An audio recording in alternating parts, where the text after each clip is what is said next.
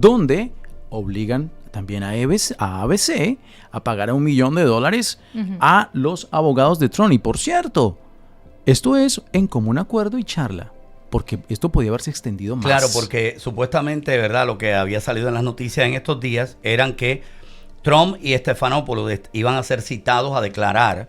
Por supuesto, yo me imagino que ABC no quería un periodista de los suyos en una corte explicando cómo ellos hacen libretos y todo esto. En julio ellos querían desestimar la demanda, incluso se lo pidieron al jurado y ellos no aceptaron. El juez no aceptó desestimarla. Decía que había suficiente evidencia de que Stephanopoulos pues había realmente intimidado a Nancy Mace. Yo tengo una duda sobre esto y yo creo que el abogado Roy Carrasquillo, que está en la línea, nos puede contestar. Fantástico. En mayo del 2023 Trump fue liable, ¿verdad? Esa palabra liable es como que sería acusado o demandable. ¿Cómo sería liable, verdad? Por abuso sexual. La pregunta es, cuando Stephanopoulos usa el término violación sexual, ¿no es un sinónimo de abuso sexual? Le pregunto a nuestro abogado experto en temas legales del escándalo del día, Roy Carrasquillo, directamente desde la ciudad de New York. Buenos días. Aquí te saluda Sabrina, César y Ray. No es lo mismo. En inglés es sexually abusing o rape. No es lo mismo. Mira, realmente no es lo mismo. Son dos delitos o dos faltas completamente diferentes. Y el problema es que tenemos que entender cómo funciona el sistema legal en los Estados Unidos. Y tenemos lo que son los casos criminales, que es donde las cosas tienen que ser probadas más allá de la duda razonable, y los casos civiles, que son casos en los cuales la preponderancia de la evidencia demuestra que es más probable que no, que algo ocurrió.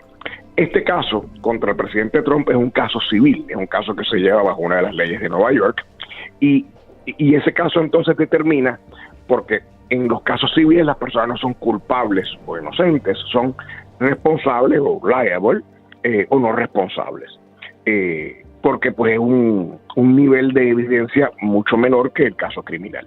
Por lo tanto, un reportero como Stephanopoulos, que lleva haciendo esto y que ha tenido anteriormente un caso con Jennifer Flowers, muchísimos años antes, donde se le acusaba de potencial difamación, un caso que en el momento él gana, pues debe estar familiarizado en la diferencia y la connotación de un cargo de violación contra un cargo de abuso sexual, porque son casos completamente... Pero ¿cuál es la diferencia? Porque para mí si yo escucho que alguien abusó sexualmente de alguien, hasta ahora yo entendía que era violación. O sea, ¿cuál es la diferencia? Mira, la diferencia específica del abuso sexual bajo la ley de Nueva York es que puede ser el toque o roce inadecuado de una persona o sin consentimiento en áreas íntimas o que se consideren difíciles. La violación específicamente implica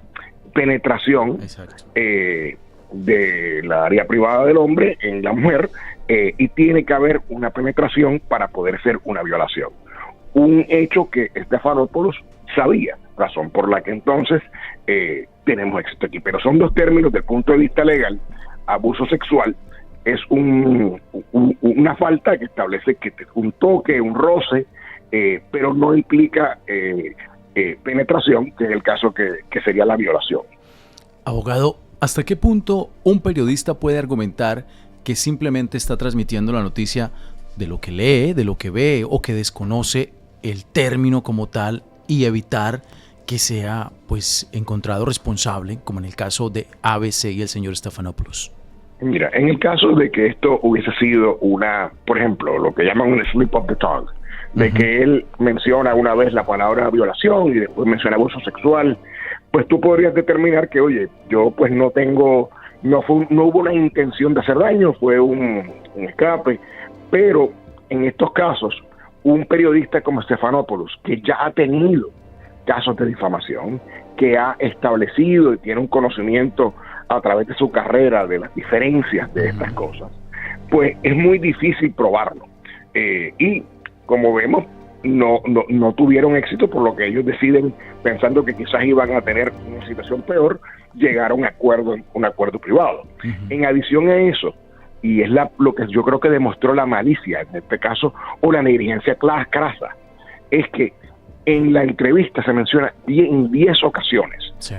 la palabra violación. Entonces, la misma situación lo hace difícil.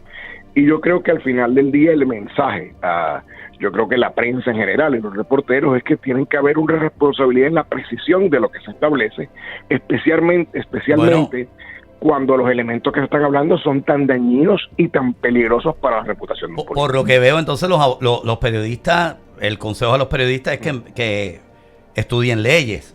Que tengan cuidado con lo que va a decir.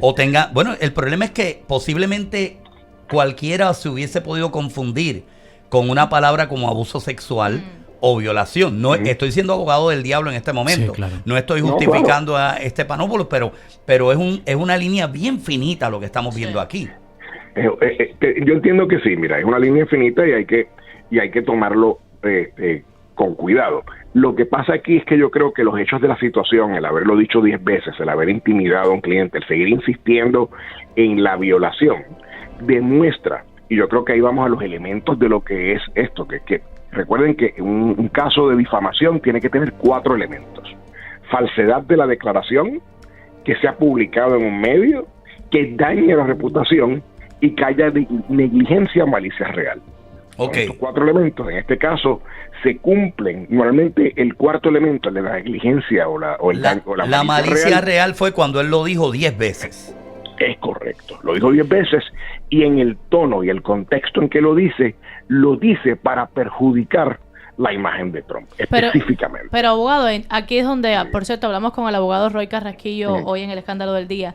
Me gustaría preguntarle, es decir, que un periodista desde el desconocimiento sí podría manejar como que es libertad de expresión, decir cosas que quizás no estén probadas, pero lo haga desde la inocencia y justificando libertad de expresión. La clave es que siempre y cuando no lleve a la negligencia. Yo entiendo de que hay unas responsabilidades en la parte periodista, y lo ven como, por ejemplo, en cómo operan ustedes. Y miren, cuando se da una noticia, se revisan diferentes fuentes, se establecen. Vamos a decir, por ejemplo, que revisamos una noticia en la cual, y es la diferencia entre los medios amarillistas y los medios reales. Cuando se va a una noticia se verifican las fuentes, de dónde viene, cómo procede. Por eso es que quizás la noticia no sale primero, porque hay una responsabilidad en la información que sale al público. En otras que van muy rápido, lo que establece, entendiendo que establece unas responsabilidades de unas obligaciones a la prensa, de cuando va a decir ciertas cosas, tiene que hacer un mínimo, entendería, de por lo menos de investigación, de verificación, y de ser responsable cuando términos a sabiendas podrían ser tan dañinos para una persona en su reputación, sea una persona figura pública o una política. Sí, abogado, y también la parte contraria. Por ejemplo, recordemos el caso del New York Post cuando publicó la computadora de Hunter Biden, que por el contrario le consideraron y lo bloquearon de las redes sociales diciendo que eso era desinformación, que al final fue probado que la computadora en realidad era real. ¿Ahí qué pasa? Porque aquí no lo bloquearon. Yo recuerdo que el New York Post, no sé si demandó o no a las redes sociales, pero el caso es que terminó siendo redimido, porque lo que había en la computadora tiempo después, pues sí era cierto, ¿no? Correcto, ¿no? Y te demuestra entonces lo que es la censura, porque otra vez, como muy bien menciona, yo creo que es un punto muy importante.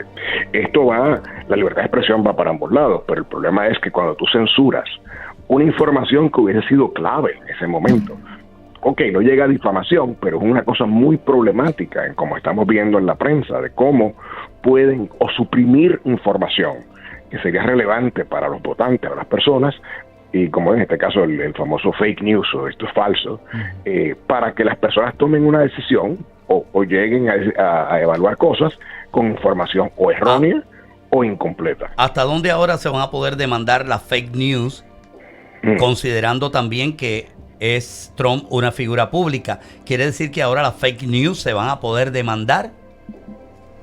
Fíjate, yo no creo, pero va a depender de esto, va a depender que se cumplan estos 4 elementos de difamación.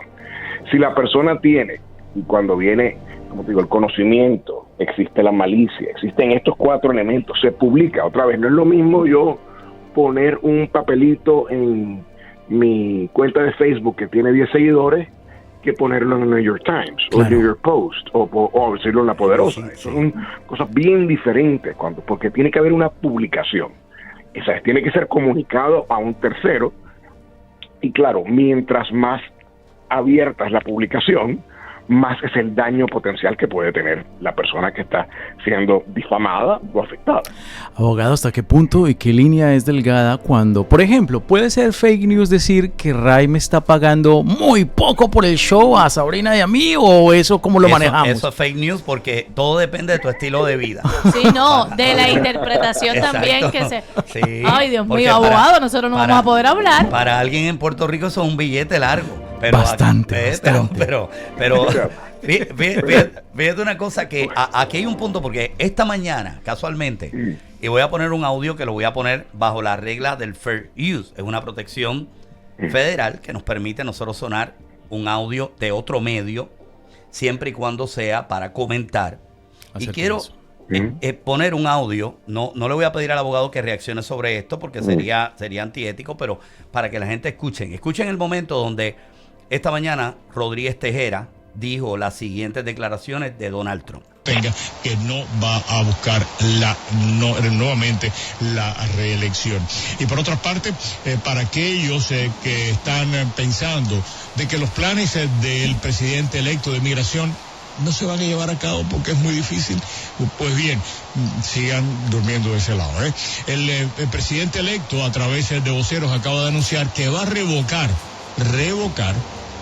una regulación que hay en estos momentos que le impide a los oficiales de migración entrar a hospitales, a detener personas, a iglesias, a cualquier cantidad de lugares que hasta ahora se consideraban que no debían ser puntos de investigación ni tampoco de detención de migrantes indocumentados. Me imagino que ustedes, al igual que yo, hemos visto imágenes de lugares donde la policía entra a detener a personas en un hospital, en una iglesia. Aquí no se hace eso, o no se hacía eso. Según fuentes muy cercanas al presidente Trump, el presidente electo Trump, inmigración, los agentes de inmigración, se les va a dar la oportunidad, se les va a dar la autoridad para poder entrar en iglesias a detener personas, a hospitales a detener personas, a detener personas en cualquier lugar, por supuesto. Bueno, ahí ustedes escucharon, o sea, uno escucha un trabajo aquí de un periodista con una línea editorial bien clara en contra de Trump, utilizando su medio para amedrentar y asustar al público, dando unas declaraciones a un presidente electo que no ha dicho de que van a entrar en escuelas, que van a entrar en iglesias, de que van a entrar, que eso nunca se había hecho, pero bajo la administración de Obama eso ocurrió. Y claro, yo creo que primero esto ya no va a sentar un precedente, porque gracias a Dios esto existía en la prensa liberal y el pueblo americano demostró que Donald Trump es el presidente electo y eso es lo que quieren y eso es lo que vamos a ver. Y yo creo que nada mejor que estos 4 años para ver al Donald Trump que escogió el pueblo y que sea capaz de demostrar, porque eso sí, si no es capaz de demostrar lo que prometió, también va a ser juzgado por el mismo pueblo que lo eligió. Pero ya esto de que los inmigrantes, bueno, ya se demostró que no deportó. Pero está bien, pero es básicamente alguien con un poder de un medio, dice algo y lo repite y lo repite y lo repite para adelantar una causa. No está en los 4 puntos que decía. Está bien, pero es correcto, yo creo que ¿Cómo que no está en los 4 puntos? ¿Cómo que no está en los 4 puntos? Ahí está el punto del daño a la reputación. Fíjate que en estas cosas, desde el punto de vista puramente legal, yo creo que tú podrías ir y demandar, por ejemplo, a esta persona y decir, oye, lo que está diciendo es falso. Pero va a llegar en el punto 3 y 4, que es el punto del daño a la reputación y la negligencia o malicia real, donde son puntos difíciles de probar. Este caso, por ejemplo, que vimos de Trump contra Stephanopoulos y ABC, no es un caso común. Estos son unos elementos que son difíciles de probar. Desafortunadamente para ABC, Stephanopoulos, él es su peor enemigo por haberlo dicho y manejarse de esa forma en la reunión. Pero, como te digo, aquí el problema es que hay pocas protecciones para este tipo de situaciones donde tú puedes tener, y lo hemos visto en diferentes medios de prensa, donde tienes unas líneas editoriales las cuales se basan en falsedades, en especulaciones, en todos estos asuntos, y vemos como Ray, como tú muy bien dices, cuando empiezas a decir algo tantas veces, se convierte en algo que la gente percibe como real. Pero como son unos eventos, lo más probable es lo peligroso de esto, eventos que pasan en grupo, que no puedes pinpoint them, o específicamente ponerlos a alguien, como el caso de Stephanopoulos, se van por el lado de lo que establece la ley. Y ese es el peligro y lo que establece, yo creo, la importancia de la responsabilidad de los periodistas de poder llevar la información correcta. Y otra vez, todo el mundo puede tener su línea editorial, yo no entiendo que eso es un problema, pero entiendo de que no debemos nunca basar las noticias y como educamos al pueblo en información falsa. Y hay que saber decir en este momento, gracias, licenciado abogado Roy Carraquillo, por haber estado con nosotros. Claro que sí, ahí está, hay que saber en este momento decir, esta es mi opinión, y no darlo como que es un cierto.